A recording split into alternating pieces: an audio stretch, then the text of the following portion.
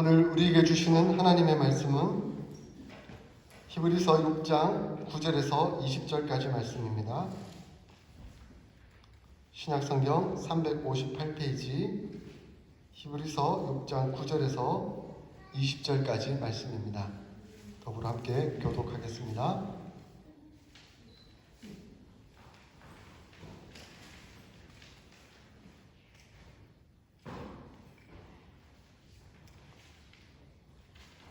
사랑하는 자들아, 우리가 이같이 말하나 너희에게는 이보다 더 좋은 것, 곧 구원에 속한 것이 있음을 확신하노라.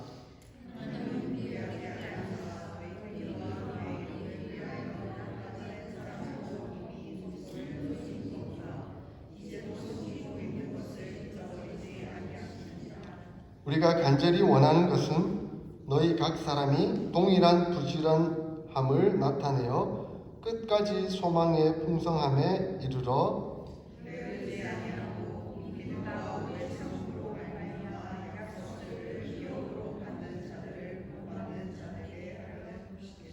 하나님이 아브라함에게 약속하실 때에 가리켜 맹세할 자가 자기보다 더 큰 이가 없으므로 자기를 가리켜 맹세하여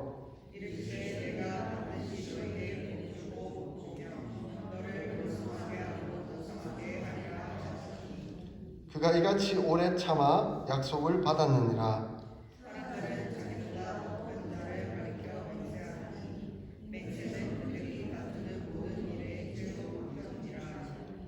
하나님은 약속을 기업으로 받는 자들에게 그 뜻이 변하지 아니함을 충분히 나타내시려고 그 일을 맹세로 보증하셨나니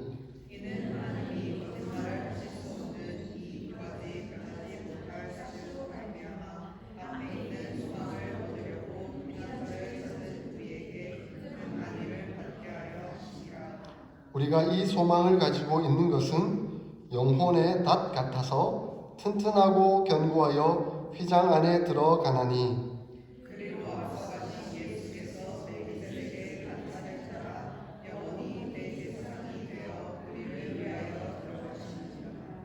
아멘. 우리는 하나님의 부르심을 입은 자들입니다. 할렐루야. 예, 우리는 다 하나님의 자녀로 또 세상 가운데서 따로 부름을 받은 자들입니다. 하나님의 부르심을 받은 자들은 또한 지속적으로 자라가야 합니다. 어머니 뱃속에서 출생한 자녀가 이제 태어났다고 한다면 이제 지속적으로 자라가야 되는 것처럼 영적으로 우리가 태어났다고 한다면 이제 영적 어린아이에 머물러 있으면 안 되고 장성한 자로 계속해서 자라가야 합니다. 우리 지난주에 말씀을 통해서 살펴보았던 것처럼 어린아이의 특징, 영적 어린아이의 특징은 그리스도의 초보의 도에 그대로 머물러 있습니다. 그러면서 죽은 행실을 추구하고 살아갑니다. 쉽게 말하면 교리를 알고 교리를 믿고 있지만 그것 알고 믿고 있는 정도로 다로 여긴다는 겁니다. 그러면서 그것이 자기의 신앙의 전부인 것처럼 마치 그것이 자기를 구원해 줄 수 있는 것처럼 자기를 의지하고 자기를 믿고 그렇게 자기를 바라보며 죽은 행실을 행하는 그 모습이 드러난다는 것입니다. 우리 자랄 때도 한참 그렇지 않습니까? 아기 때 이제 뭐 정신없이 부모를 의지하다가 살다가 딱 사춘기가 되면 자기가 세상 모든 것을 가진 것처럼 여겨요. 그리고 자기가 세상을 다 정복할 수 있는 것처럼 살아갑니다. 아니면 뭐 이 목숨 하나 죽으면 끝이지 이런 생각을 가지는 위험한 시기가 오죠. 그때가 사춘기지 않습니까? 근데 그것을 넘어서서 더 성숙한 자로 이루러 가야 되는데 그때 머물러 있으면 아주 위험한 상황이 되는 거죠. 자기 힘만 믿고 자기를 의지하며 마치 자기가 자신을 구원할 수 있을 것처럼 살아가게 된다는 것입니다. 그러나 장성한 자는 그리스도의 도를 배우고 알게 된 대로 순종하며 실천하는 자입니다. 그러므로 장성하면 할수록 하나님의 그 은혜의 말씀을 가슴에 새기고 그 말씀에 나타난 사랑이 드러나게 되는 것이죠. 사랑이 몸에 배게 됩니다. 그리고 그 몸에 밴 사랑이 우러 나오게 됩니다. 하나님은 우리를 사랑하시고 그 사랑의 결과가 예수 그리스도이십니다. 그 예수 그리스도의 모든 과정의 말씀을 이 하나님의 말씀은 적어두고 있습니다. 그리고 그 말씀을 통하여 우리에게 사랑을 가르치고 하나님의 사랑이 회복되기를 원하신다라고 말씀하고 있습니다. 그 변함없는 사랑, 그 변함없는 예수 그리스도의 은혜, 그것을 우리에게 말씀해 주고 있습니다. 그래서 늘 새기는 말씀이 예수 그리스도께서는 제자들을 사랑하시되 끝까지 사랑하시는 얼마나 은혜가 되는 말씀인지 몰라요. 제자들 생각하면 정말 고약하고, 그죠? 어떻게 예수님이 십자가에 못 박혀 죽이시기 위해서 잡혀간 그 순간부터 딱 배신하고 도망가는 그런 제자들을 끝까지 변함없이 영원히 사랑하시는 그 사랑을 말씀해 주고 있다는 것입니다. 하나님의 사랑은 인간적인 사랑과 다릅니다. 인간들은 사랑했다가 금방 변하고 말죠. 좋은 사람, 나한테 잘 맞다고 생각하면 사랑하는 듯 보이지만 조금만 마음에 스크래치가 나면, 자존심에 상처가 생기면 그 사랑은 변절되고 왜곡되고 바뀌어져 버리고 맙니다. 그러나 하나님의 사랑은 변함없는 사랑, 끊임없는 사랑, 영원한 사랑이라는 것을 누누이 성경은 우리에게 가르쳐 줍니다. 이러한 사랑이 표현되는 것을 하나님은 보고 계십니다. 하나님은 하나님의 사랑을 자기 백성을 통해서 이루시지만 그 이루어 나가는 그 백성을 보고 계십니다. 그리고 그 보고 있는 그 백성을 하나님 잊지 아니하신다라고 말씀합니다. 10절에 보니까 하나님은 불의하지 아니하사 너희 행위와 그의 이름을 위하여 나타낸 사랑으로 이미 성도를 섬긴 것과 이제도 섬기고 있는 것을 잊어버리지 아니하시느니라 라고 말씀합니다.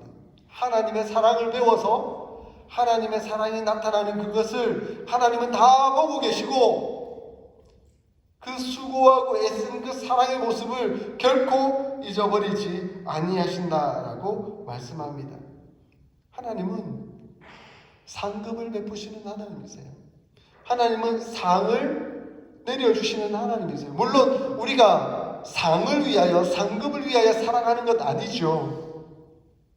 하나님을 사랑하기에, 하나님과의 관계가 회복되었기에, 하나님을 닮아서 그 사랑을 실천하고 하나님과의 관계가 회복된 그 은혜를 함께 나누는 그 사랑이 퍼져나가는데, 우리는 상을 목적으로 하진 않지만 하나님은 그걸 다 보고 계시고, 그래서 그의 응답으로 합당한 상급을 베풀어 주신다라고 말씀합니다. 하나님은 자기 사랑을 순종하는 그 장성한 사람을 통해 분명하게 나타내시는데 그 순종한 것을 결코 잊지 아니하십니다. 왜냐하면 우리 하나님은 불의한 하나님이 아니기 때문에 그렇습니다. 우리 하나님은 정의로운 하나님이시기 때문에 그렇습니다. 우리가 정의롭게 하나님을 닮아서 이루어 나간 그것을 하나님은 또한 반드시 이루어 나가십니다. 그러므로 하나님은 자신의 약속을 하시고 그 자신의 하신 약속을 그대로 성취하여 그 성취를 통하여 보상하신다라고 말씀합니다. 하나님의 그 보상은 약속의 성취를 통해서 이루어지게 됩니다. 이러한 사실을 믿는 자들이 바로 성숙한 자들입니다. 사실 하나님이 약속하신 것이 무엇인지 알아요. 하나님이 하나님을 믿고 예수님을 믿고 그 자리에 나온 사람들에게는 은혜와 축복이 가득하고 하나님 관계가 회복되고, 그리고 예수님이 첫 부활인 것처럼 우리 둘째 부활로 일어날 것이고, 예수님이 오실 재림의 그때에 영원한 심판을 받지 않고 우리가 영원한 생명을 누리게 될 것이다 라고 약속해 주셨어요. 근데 그 약속이 그림자처럼 다가오긴 했지만 확실히 보이질 않으니까 이게 맞는 건지, 이게 이루어지는 것인지 긴가민가 하면서 의심이 들 때가 많이 생기는 거죠. 도대체 이거는 이루어지는 것일까? 나는 예수 믿고 평안과 은혜를 누린다 했는데 왜 이렇게 때로는 고통스럽고 아프고 또 사람과의 관계 속에서 상처가 생기고 답답하고 힘든 것일까? 이런 마음이 들 때가 많이 있잖아요. 사실이잖아요. 이게 현실이잖아요. 그런데 히브리서 기자는 말씀합니다. 장성한 자는 그 사실을 믿기에 지금도 섬기고 이제도 섬기고 앞으로도 섬길 것이다. 그게 사랑이기 때문에 그렇다. 그게 장성한 자의 분량에 이른 자이기 때문에 그렇다라고 말씀하고 있습니다. 왜냐하면 그게 하나님의 사랑이기 때문에 그래요. 하나님의 사랑은 변치 않고 과거와 현재와 미래 모두를 다 아우르는 사랑이잖아요. 제자들이 배신했다고 해서 같이 배신하는, 같이 버리는 그런 사랑이 아니었잖아요. 사랑하시되 끝까지 사랑한 그 사랑, 그것이 변함없는 하나님의 사랑이고 하나님의 약속입니다. 제자들도 또 그리고 성령을 입고 나서 그리고 오고 오는 장성한 분량의 모든 성도들은 이제 그 사랑을 입었기 때문에 지금 내 눈에 확실한 증거가 안 입혀졌다 할지라도 하나님의 약속은 반드시 이루어질 줄 내가 믿습니다. 그렇기에 나는 사랑하고 또 사랑하겠습니다 하고 걸음을 걸어간다는 것이죠. 그게 장성한 자의 모습입니다. 그러므로 장성한 자의 가장 큰 특징은 사랑하되 포기하지 않는 사랑, 끊임없는 사랑, 하나님의 사랑, 부모님의 사랑을 표현하고 있는 것이죠. 그래서 에로스적인 사랑이 아니라 아가페적인 사랑, 하나님의 사랑을 말하고 있는 것이죠. 부모는 자식을 포기하지 않죠. 때로는 기대하지만 기대한 대로 나오는 것 같지 않고 부딪히고 때로는 사고치고 부모 마음을 답답하게 하고 힘들게 하고 어렵게 만들기도 하죠. 그러나 그것 때문에 부모는 사랑을 포기하지 않습니다. 왜냐하면 하나님을 닮았기 때문에 그렇죠. 그러므로 성숙한 자, 장성한 자는 하나님의 사랑을 닮아서 포기하지 않는 사랑을 가집니다. 이것이 바로 믿음이에요. 믿음이란 뭔가? 예수님을 믿는 거잖아요. 지식적으로 믿는 것이 아니라 내가 예수님을 믿기 때문에 예수님을 따라갑니다. 십자가의 사랑, 끝까지 포기하지 않고 십자가에 못 박혀 죽기까지 사랑하신 그 예수님의 사랑, 그 사랑 제가 따라갑니다. 그게 믿음이잖아요. 그죠? 이 믿음, 그리고 그 믿음의 끝에는 하나님이 베풀어 주실 놀라운 은혜의 역사가 있을 것이다. 아니 이미 우리에게는 그 역사가 이루어졌는데 already, but not yet. 그러나 장차 완전하게 이루어질 것이다 라는 그 믿음을 갖고 있기 때문에 우리는 순종하며 한 걸음 한 걸음 걸어 나가는 것이죠. 그러므로 우리 삶 가운데 믿음이 있기 때문에 소망하며 걸음을 걸어갈 수 있게 되는 것입니다. 이러한 믿음은 소망을 가지게 만듭니다. 그렇죠? 왜냐하면 믿음은 자연스럽게 소망과 연결되기 때문에 그렇죠. 그러므로 사랑이 실천되는 거잖아요. 그러므로 믿음, 소망, 사랑이 이루어지는 것 아니겠습니까? 그래서 오늘 본문 11절에 히브리서 저자는 이러한 믿음, 이러한 소망을 가진 자들의 특징이 뭐냐? 부지런하다. 그리고 12절에 게으르지 아니한다. 이렇게 표현하고 있습니다. 부지런하고 게으르지 않다. 무엇에 부지런하고 무엇에 게으르지 아니한 거죠? 바로 사랑에 하나님의 역사를 드러내는데 부지런하며 게으르지 아니하다라고 말씀하고 있습니다. 자, 믿음을 가진 자들의 핵심적인 특징이 뭐냐면 소망이 있기 때문에 결코 포기하지 않기 때문에 끝까지 부지런하고 끝까지 게으르지 아니한 이 특징을 가진다라고 말씀해 주고 있습니다. 이러한 소망을 가진 이유는 바로 하나님이 신실하신 분이시기 때문에 그래요. 하나님이 성실하시기 때문에 그렇습니다. 하나님이 포기하지 아니하시고 하나님이 일하시기 때문에 나도 같이 일하는 그 모습이 드러나기 때문에 그렇습니다. 이러한 믿음, 소망, 사랑의 모습을 하나님은 하나님이 택한 백성을 통해서 계속해서 가르쳐 주시고 보여주셨습니다. 오늘 한 예를 이 히브리서 저자는 우리에게 말씀하여 줍니다.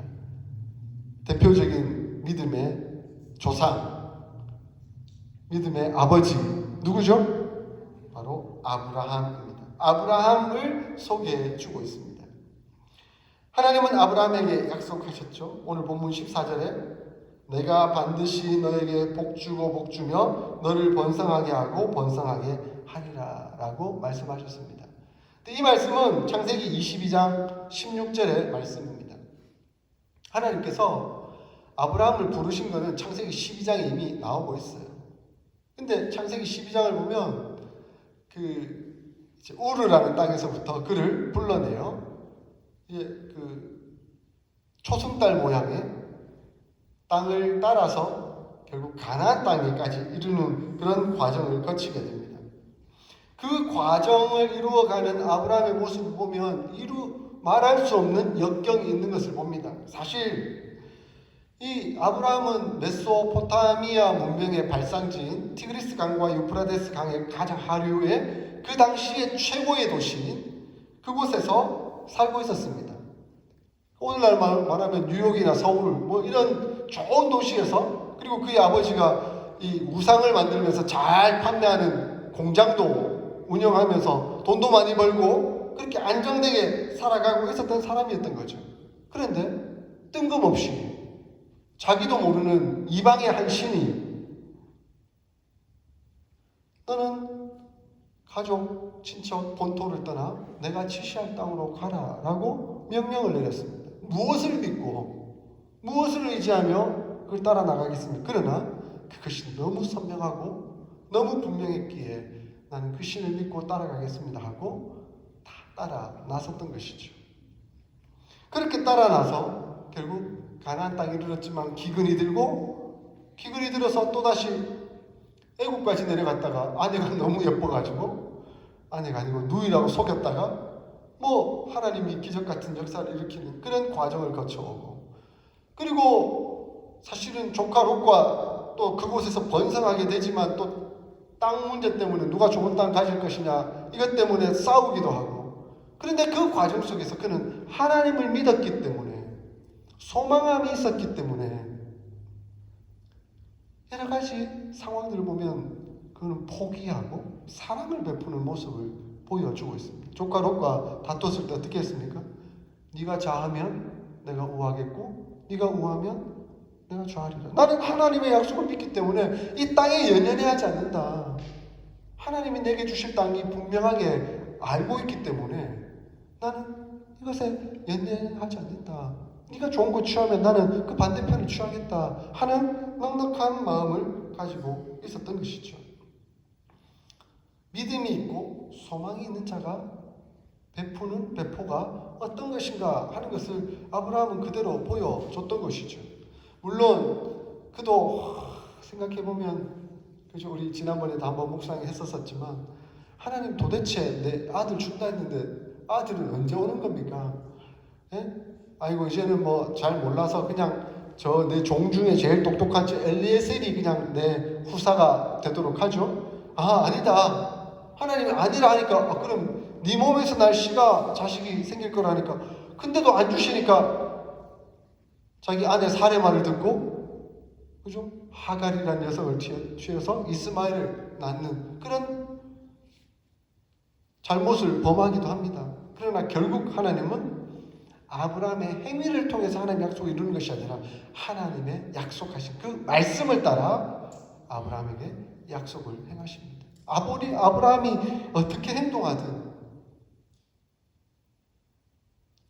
하나님은 그의 행동에 따라 하나님의 약속을 이루는 것이 아니라 하나님은 하나님의 약속을 따라 하나님의 약속을 이루시는 것이죠. 그래서 제가 지난번 말씀을 통해서 횃불 언약, 종주권 언약, 동물들 사체를 다 잘라놓고 그 사이를 지나간 주인과 종이 나누어지는데 아브라함이 그 사이를 지나가야 되는데 누가 지나갔다고요? 횃불이 지나갔잖아요. 하나님이 지나갔잖아요. 내가 종이 되어서 그 약속을 반드시 지키겠고 만약에 이 약속이 지켜지지 않으면 내가 이 사체와 같이 갈라져 죽는 것과 마찬가지가 될 것이다. 하나님이 그렇게 약속해 주셨습니다. 그러므로 아브라함은 주인이 되어 지켜보고 있었고 하나님은 종이 되어 친히 그 약속을 이루어 가셨던 것이죠. 그런데 이 아브라함에게 한 가지 중요한 것이 있었습니다. 여러 가지 우여곡절을 겪긴 했지만 하나님을 끝까지 믿었습니다. 자기 방법으로 이렇게 저렇게 수도 쓰고 노력을 해보았지만 안 된다는 걸 깨달을 때마다 하나님을 만나고 하나님을 믿었습니다. 그러니까 창세기 15장에 그렇게 말씀하고 있잖아요. 아브라함이 하나님을 믿었더니 하나님이 그것을 의로 여기셨더라. 그는 의가 없지만 하나님을 믿는 믿음 하나 보고 그를 의롭다라고 하나님이 인정해 주셨다는 겁니다. 자, 그렇게 실패하고 좌절하고 넘어지고 하는 그 상황 속에서 하나님은 끝까지 그를 붙들고 하나님의 약속을 이루어 가셨습니다. 근데 이루어가는 과정 속에서 아브라함이 성숙되어 갔던 거죠. 아브라함이 성숙되어 이런 실패 저런 실패 겪었지만 엘리에셀이 자손인가? 이스마엘이 자손인가? 결국 이삭을 얻었지만 하나님 또 아브라함에게 뭐라고 말씀하십니까? 이삭 데리고 모리아 산에 가서 네 아들을 바쳐라. 어떻게 얻은 아들인데? 근데 아브라함이 그때 이삭을 바치려고 합니다. 말도 안 되는 그 상황 속에서 순종하여 바치려 합니다. 왜? 하나님을 믿었으니까. 여태까지 하나님께서 약속하신 그 약속을 하나님께서 어떻게 이루어 가고 계신지를 봤으니까 이제 하나님이 말씀하신 대로 하더라도 하나님은 하나님의 약속을 반드시 이룰 거야 라고 믿었고 확신했던 것이죠. 그것이 그가 장성한 자로 히브리서에서 말씀하는 성숙한 자로 발전해 갔던 계기였던 것이죠. 그렇게 아브라함을 통해 하나님은 하나님의 역사를 이루어 가셨고 믿음이란 무엇인가 그리고 소망이란 무엇인가 사랑이 무엇인가 하는 것을 가르치셨던 거죠. 그런데 사실은 하늘의 별과 같이 바다의 모래와 같이 많아지는 데까지는 엄청난 세월이 걸리죠. 그렇죠? 그런데 그것은 하나님이 이루어 가시는 방식이었고 과정이었습니다. 하나님은 그럼에도 불구하고 반드시 약속을 이루신다는 것을 우리에게 확인시켜 주셨습니다. 이것은 하나님의 역사이지만 그가 하나님의 역사를 믿고 순종하며 오래 참았기 때문에 이루어진 역사였습니다.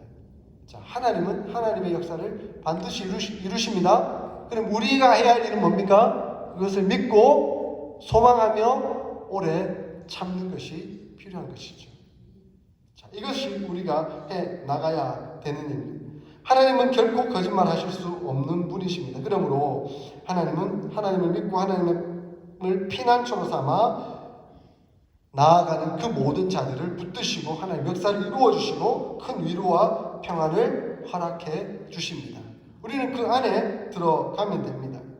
그러므로 영적 어린아이에 머물지 않고 장성한 자로 성장해 가려면 소망이 중요합니다. 소망을 가져야 합니다. 하나님은 절대적으로 신실한 분이시라는 사실을 한순간도 잊지 마시기 바랍니다. 절대적으로 신뢰하시기 바랍니다. 그러므로 이러한 자들 데살로니가 전서의 말씀처럼 우리의 사랑의 수고와 소망의 인내와 믿음의 역사를 하나님 이루어 가시고 그것을 결코 잊지 아니하도록 도와 주십니다. 우리는 그 사실을 믿고 가면 돼요. 근데 그 사실이 뭐냐? 그 소망인데 오늘 히브리서 저자는 기가 막힌 비유로 우리에게 설명해 줍니다.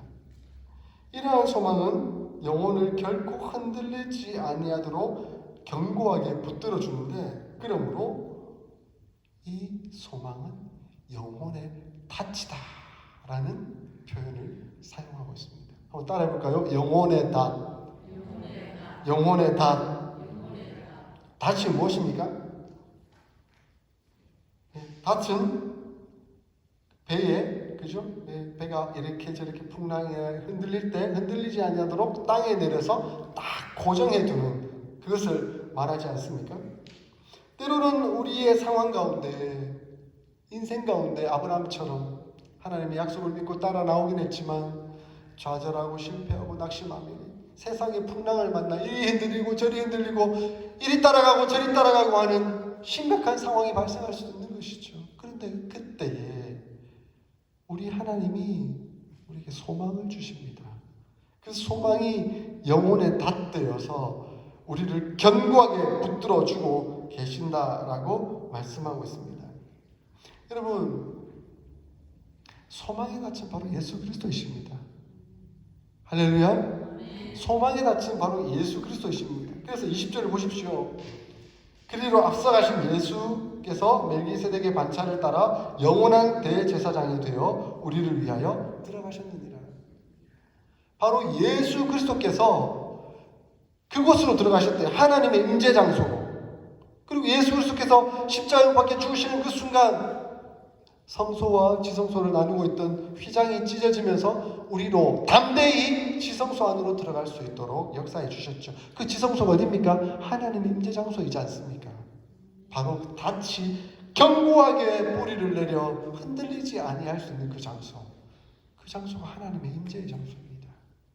우리가 하나님의 임재의 장소로 나아갈 수 있는 그 길을 열어주신 분이 바로 예수 그리스도이십니다. 그러므로 예수 그리스도는 우리의 소망이시고 우리 영혼의 닻이십니다. 그러므로 예수 그리스도를 통하여 여러분의 영혼의 닻을 하나님의 임재 장소에 내리십시오. 내가 곧 길이요 진리요 생명이니 나로 말미암지 않고는 아버지께로 올 자가 없느니라. 우리 예수님께서 말씀하셨습니다. 예수님을 통하여 하나님의 임재 장소로 나아갑니다. 이제 우리는 날마다 우리의 영혼의 낯을 하나님의 임재 장소로 내릴 수 있었으면 좋겠습니다. 그 말은 날마다 예수 그리스도를 바라보시기를 바랍니다. 날마다 예수 그리스도를 묵상하시길 바랍니다. 이 말씀입니다. 내 영혼의 낯을 하나님 안에 내리십시오라는 말은 날마다 예수 그리스도를 통해서 하나님 앞에 나아가십시오라는 바로 그 표현이지 않습니까? 우리의 영혼의 낯 예수 그리스도가 계십니다. 이 말씀을 묵상하다가 우리 인생을 이렇게 역경과 고난 이렇게 우리 서로 간증을 나눴는데 한 간증이 떠오르더라고요. 제가 대학원 지나고 이제 막 청년들 사역하고 서울에서 막 열심히 사역하고 있는 그때에 한 책이 나왔어요. 책 제목이 지선아 사랑해라는 책이. 지선아 사랑해. 혹시 아세요? 이지선 씨. 밤 11시쯤, 11시 반쯤 서울 한강로 일가에서 만취 상태인 운전자가 갤로퍼를 몰고 운전하다가 마티즈 승용차 등 6대와 추돌을 했습니다. 이 마티즈 사고로 마티즈 승용차에 불이 났고 그 마티즈에 타고 있던 23살 여대생, 그때 당시 이화여자대학교를 다니고 있던 이지선 양의 온몸에 불이 붙어서 전신에 3도 화상을 입게 되었습니다. 그의 오빠가 겨우 꺼내서 인근 병원으로 긴급 후송하였습니다. 경찰 조사 결과 갤로포 승용차 운전자는 혈중 알코올 농도가 0.35%의 엄청난 만취 상태였습니다. 0.05%만 넘어도 이건 운전하기 힘들다. 이건 면허 정지인데 0.35%면 이루 말할 수 없는 만취 상태였던 것이죠. 23살 아리따운 여대생의 교통사고, 3도 전신 중하상, 40번이 넘는 고통스러운 수술을 이겨내야만 했습니다. 그가 붕대를 풀고 자기 모습 거울로 처음 보는 순간 그 책의 내용을 읽을 때 눈물이 나지 않을 수가 없는 거예요. 근데 그녀에게는 영혼의 닻이 있었습니다. 하나님이, 그리고 하나님이 사용하시는 그녀의 어머니였던 것이죠. 책 제목이 왜 지선아 사랑해인 줄 아세요? 그 상황 속에서도, 그 환경 속에서도 하나님의 음성이 들리는 거예요. 지선아 사랑해. 지선아 사랑해.